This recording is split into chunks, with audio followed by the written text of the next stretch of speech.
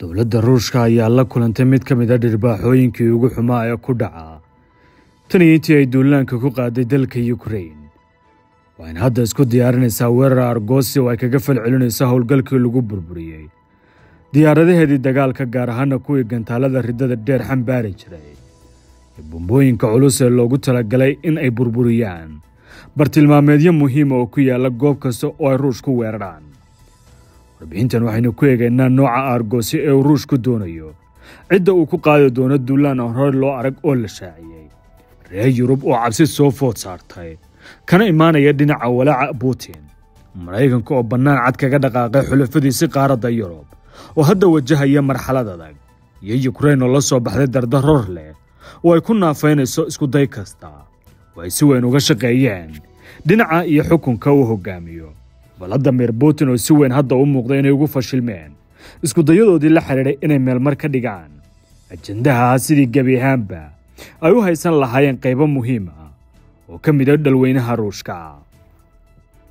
hay'adda sirdoonka Ukraine ee la yiraahdo SBU ayaa mar kale fulisay gudaha Ruushkana ka fulisay howlgal kale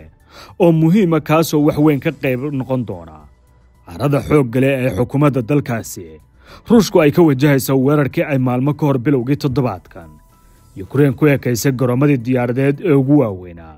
ee dhinaca dalkaasi Ruushka. laban maalin uu kadib markii ay Ukraine fulisay mid ka mid ah howlgalladii iyo weeraradii ugu halista badnaa oo gudaha dalka Ruushka laga fuliyo waxay mar kale bartilmaameedsatay mid ka mid ah goobaha muhiimka ee labada dhinac ee isku xireeyay ciidanka Ruushka waana wadada muhiimka ee isaga kala gudbayeen gaadiidka military ee Ruushka iyo sahayda waxaana hadda ay qaaday dhinaca iyo Kiev beegsi qaraxyo weyn oo lagu xiray aagga ugu muhiimsan tirarka ay ku taagneed buundada biyaha dhexdeeda ee gobolka Crimea taasoo muujinaysa in gabi ahaanba hadafkii weerar ay xukuumadda Ukraine weerarkaas u qaaday ee gool muhiim ka gaartay taasoo sii kordhisay cabsida laga qabo in si weyn uu argoosto Vladimir Putin. dowladda Ruushku waa dalka labaad ee ugu awoodda badan caalamku waxay wajahaysaa fadixadii abid ugu xumeyd ee dhinaca wardoonka iyo waliba difaaca hawada sare. diyaaradaheedii dagaalka ee Ukraine ay lahayd ayay diyaarado drone oo garaan 4 fariisin oo ku yaala gudaha Ruushka ku weerartay kuwaas oo ay ku jiraan meelo si weyn uga sii fog magaalada dalkaasi looga taliyay ee Moscow. Ruushku waxa uu daqiiqado kooban ku waayay in ka badan 40 diyaaradood oo nooca dagaalka kuwaas oo ay ku jiraan diyaaradaha qaaliga ee Ruushka oo dunida ugu dhaadan jiray. sidoo kale Ruushka waxa soo gaaray khasaare maaliyadeed oo kor u dhaafaya $7 bilyan oo dollarka Mareykanka taas oo ay sii raacdo inay weydo sumcaddii sirdoonka ee Ruushka waxayna gaartay halkii abid ugu sareysay kadib markii ay hoggaan waayeen weerarka ku soo maqan iyo duulaanka qarsoon ee Ukraine abaabuleysay muddada sanadka ka badan kaas oo loo diiwaan geliyay fashilkii sirdoon ee sanadahan ugu xumaa ee soo mara xukuumadda uu leeliyo Vladimir Putin. arqam Kaleshwa waa guri si casri ah loo dhisay oo ku yaala magaalada Nairobi gaar ahaan xaafadda Kaleshwa waa guri leh adeegyada aasaasiga. haddaba haddii aad danaynayso inaad magaalada Nairobi aad guri ka iibsato nagala soo xiriir telefoonada shaashada ku qoran.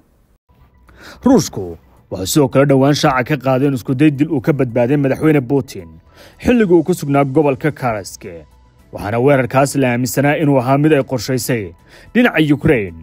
diyaarad bilaa duuriyaa ku weerartay helicopter dhinaca militariga oo saarnaa Putin. weerarkan ay qobradu sheegeen inuu noqon doono laba arrimood oo kala in argoosigu si toos ah ugu wajahayo dhinaca Ukraine gaar ahaan inay samayso howlgal lagu beegsanayo madaxda ugu sarreysay Ukraine sida madaxweyne Vladimir Zelensky oo Ruushku aansan yahay haddii la dilo uu noqon doono mid gabi ahaanba dagaal ku soo afjara. howlgalkan oo mid u baahan diyaar garow aad u badan gaar ahaan dhinaca sirdoonka waa laf dhabarta hawshan lagu dhaqaajin karo in la dilo Zelensky oo loogu aaro 40kii diyaaradood iyo saldhigyada Ruushka laga gubay waa mid loo arko guul weyn oo soo hoyatay dhinaca Moscow. waxaa meesha taala qaabkii hawshan loo fulin lahaa taasoo la aaminsan yahay inay qaadan karto waqti aad u badan gaar ahaan in la sameeyo diyaar garow dhinac walba. warshaha labaad ee argoosiga Ruushku waxa uu dhigayaa in duqeymo culus oo aan hore loo arag lagu qaado magaalada Kiev ee caasimadda Ukraine halkaas oo la doonayo in maalmo xiriir lagu wado duqeym aan kala joogsi lahayn iyadoo la adeegsanayo diyaaradaha bambarka iyo gantaalaha meesha dheer laga rido taasoo looga galeeyahay in Ukraine la dareensiyo xanuun la mid ah kii uu Ruushku waqti xaadirkan u dareemayo ee jabka ka soo gaaray laba goobood oo muhiim ah in Ukraine loo duqeeyo sidii magaalada Gaza waa mid la fahanteedo aan u fududayn sida la moodayo waxaan Ruushku la kulmi karaa iska caabin xooggan maadaama Ukraine ay wali haysato gantaalo difaac oo iska caabin karo hubka aadka u culus ee Moscow marka laga yimaado argosiga Ukraine oo Ruushku la damacsan yahay waxa kale oo yana meesha taala inay wadamada Yurub dareemaan cabsida ugu badneyd iyo walaac ka qaba dhinaca iyo Putin duulaan kaga yimaada maalmaha ama bilaha soo socda dalalkan oo shir ku yeeshay saacadihii la soo dhaafay magaalada Brussels ee caasimadda Belgium waxay isla qaateen in loo diyaar garoobo wax kasta oo ka soo fuli kara Ruushka maadaama loo haysto in iyagu Ukraine ay ku taageereen duulaanka ay ku qaaday gudaha dalkaas kuna burburisay saldhigyo muhiim ah oo ay Moscow lahayd arrimaha cabsida cusub beeray waxaa ka mid ah warbaahinta Ruushku ay sheegtay in diyaaradihii lagu soo weeraray saldhigyadooda la burburiyay ay ku jireen kuwa dhawaan la soo saaray oo ka yimi waddan ku yaala qaaradda Yurub inkastoo aan waddankaasi si cad loo sheegin haddana waxaa la rumaysan yahay inuu yahay Ingiriiska ama Jarmalka midkood oo ah labada dal ee si weyn u garab taagan dhinaca iyo Ukraine qorshaha Ruushka ee ku argosi lagu sameeyay dhinaca reer Yurub ayaa la fahantiisa dhigaya laba arrimood oo kala in si toos ah duulaan loogu qaado wadamada Baltiga iyadoo eedda looga dhigayo inay ku hawlganaayeen falal lagu waxyeeleynayo amniga gudaha ee Ruushka waxaana hawlgalka lagu bilaabi doonaa diyaaradaha sahanka oo dhawaan lagu sii deyn doono hawada qaaradda Yurub kuwaasoo samayn doona daandaansi toos ah iyadoo tallaabada xigtaana ay noqon doonto in la abaaro saldhigyada military ee halkaasi ku yaala sidoo kale waxaa qorshaha ku jira in dhinaca badda laga sameeyo daandaansi toos oo isku dhac keeni kara lana sii qorsheeyo dagaal qaadan kara muddo aad u badan balse guul muuqata laga soo hooyo dalalka reer Yurub oo si fiican u dareensan daminka uu Ruushku maleegayo waxay lafaantooda ku tala jiraan inay adkeeyaan difaaca hawada sare si weyn loo hawlgaliyo dhammaan raadarada la socon kara dhaqaaq kasta oo uu sameeyo Ruushka iyo waliba in la helo xog sirdoon oo lagu go'aan qaadan karo waxa jira dalal uu kamid yahay Faransiisku oo aaminsan ay si toos ugu biraan dagaalka waxay qaadaan tallaabo military kor inta iyaga aan weerar lagu soo qaadin waxaase taasi weyn uga soo horjeeda una diidan dalal kale oo ay Poland ugu horeyso kuwaas oo ku doodaya in taasi ay tahay tallaabo ismiidaamina oo si degdeg ah loo qaadi karina Trump iyo sida uu arko xaalka cakiran ee Ukraine iyo reer Yurub sida ay soo warisay warbaahinta Mareykanka ee CNN madaxweynaha Mareykanka Donald J. Trump ayaa isagu ah shakhsi aan wax wara kala socon wax dhacaya weerarka muddada dheer la qorsheynayay ee lagu qaaday Ruushka xaddii la soo dhaafayna wuxuu sheegay inuusan ogeyn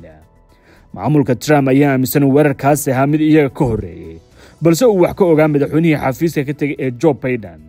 oo iyagu haba yaraatee ayna wax xog haynin Trump wuxuu weerarka u arkaa mid lagu carqaladeeyay nabadda uu ka doonayo Ukraine wuxuuna aaminsan yahay dalalka reer Yurub ay qadiyaddan dabada ka riixayaan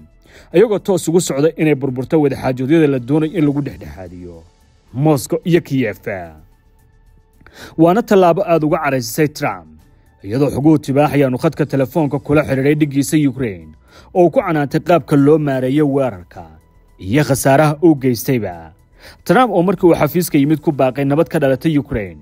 wuxuu doonayaa in Ruushka laga horjoogsan argosi kasta oo lagula kacayo reer Yurub sidoo kale wuxuu cadaadisku ku sii xoojin doonaa hogaamiyaha Ukraine tan waa mid si cad u tilmaamaysa inay ku kala leexdeen dalalka reer Yurub iyo madaxweyne Trump oo muddooyinkii la soo dhaafay si weyn ugu sii kala fogaanayay galka la xiriirana nooca loo difaacayo dalkaasi Ukraine waxa la filayaa in Trump arrinka ka hadli doono maalmaha iyo saacadaha soo socda oo si toos ah u saari doono wadamada reer Yurub oo hore ugu eedeeyay in bilowgii dagaalka iyagu ay lahaayeen maamulka aqalka cad ugu sareeya waxa walaac xooggan ka haysta qaabka ay howlahan ku dambeyn doonaan iyo inay isu bedeli doonaan dagaalweyne caalami ah waana mid uu Trump mar walba ku doodo inuu ku howlan yahay sidii looga hortagi lahaa meeshana looga saari lahaa caadiyan marka laga hadlayo Ruushka iyo Ukraine inkastoo ay yihiin dalal aan la soo barbardhigi karin dhanka awoodda haddana loolankooda soo taxnaa muddooyinkii la soo dhaafay ayaa ka dhigan in dhinaca Ukraine ay wali haysato gacan sarreysa